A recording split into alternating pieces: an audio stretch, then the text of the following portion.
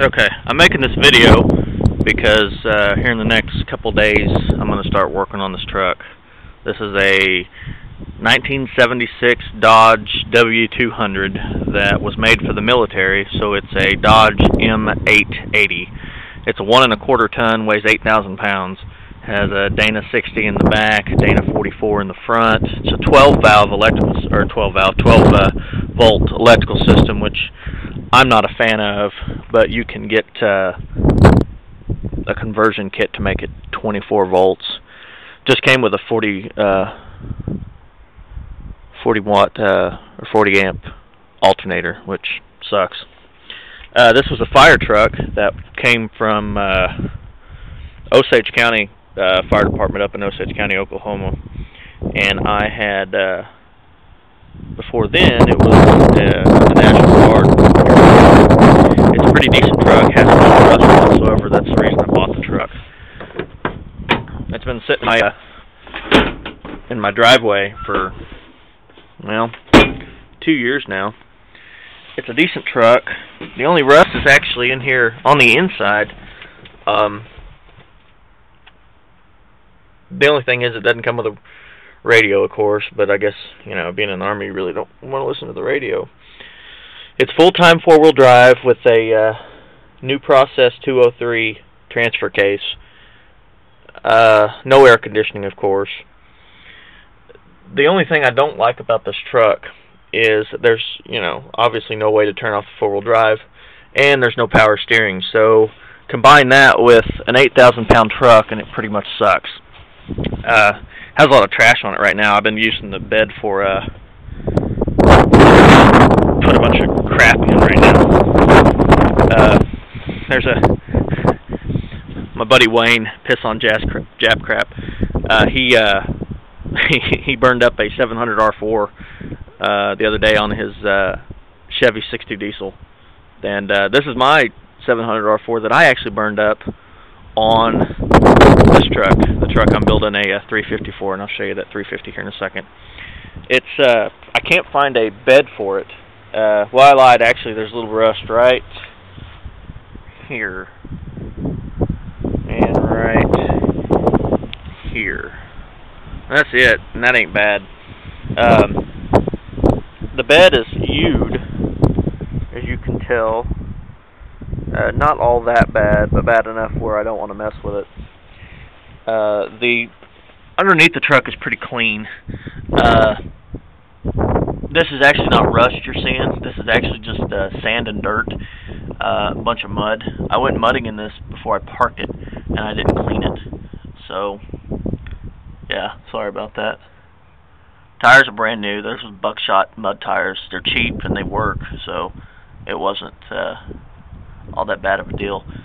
The brakes are new gas tank. The muffler sucks. The fire department put a cherry bomb muffler on it, which was the stupidest thing in the world. I don't know why a fire department would put that on there, but they did. All the gauges work. This is for the fog lights on the front. I can't start it because the battery's dead. Like I said, this is the first time I've ever actually come out here, and now it has 110,715 miles on it on the original 350 gas motor. Dodge made these with 350 gas motors, and it kind of sucks because this thing should have had a diesel. And all the old Army guys that you talk to, you know, really hated these trucks because they would rather drive a deuce and a half than drive this thing. You know, just because it's kind of annoying to have to drive this big ass 8,000 pound truck with no power steering. Like I said, there's no air conditioning on it. The heater works amazing, of course.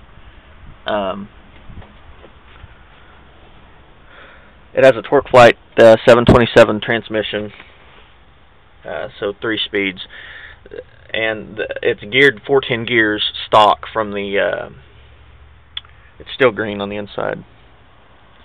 It's still stock from the factory, So 410 gears, TorqueFlite 727 3-speed with a 318 5.2 POS engine. That gives the top speed of the truck around 61 miles an hour downhill, which is okay, I guess, because you don't really do this. This is what my plans on this truck are for, actually. I'm turning it into a dually. I'm going to take the bed off and custom fabricate a flatbed. And I couldn't figure out for the longest time how to open the hood. You have to go in here, this little guy, push it like that. I'm not sure if I can open it with one hand or not. This is the original 318 motor. It had 2 battery system on it, which makes me think that the fire department actually switched it over to a 24 volt system. The only thing that's new on this that I've done is the alternator. The engine is coming out. I'm putting a 12 valve Cummins in it. I don't know if I want to put an air conditioning and power steering on it or not. These things are impossible to find. I guess people want to buy those for a lot of money. I'm not selling mine. I probably would have had I not known that. For these M880s, I'm not sure if the regular Dodges had them or not. I've never actually looked on the inside of a old Dodge like that. So this is the way you turn the heater on and off. Right there. Like that. The thing is broke, so you have to be really, really careful. Everything is stock in the engine, except for the alternator, of course.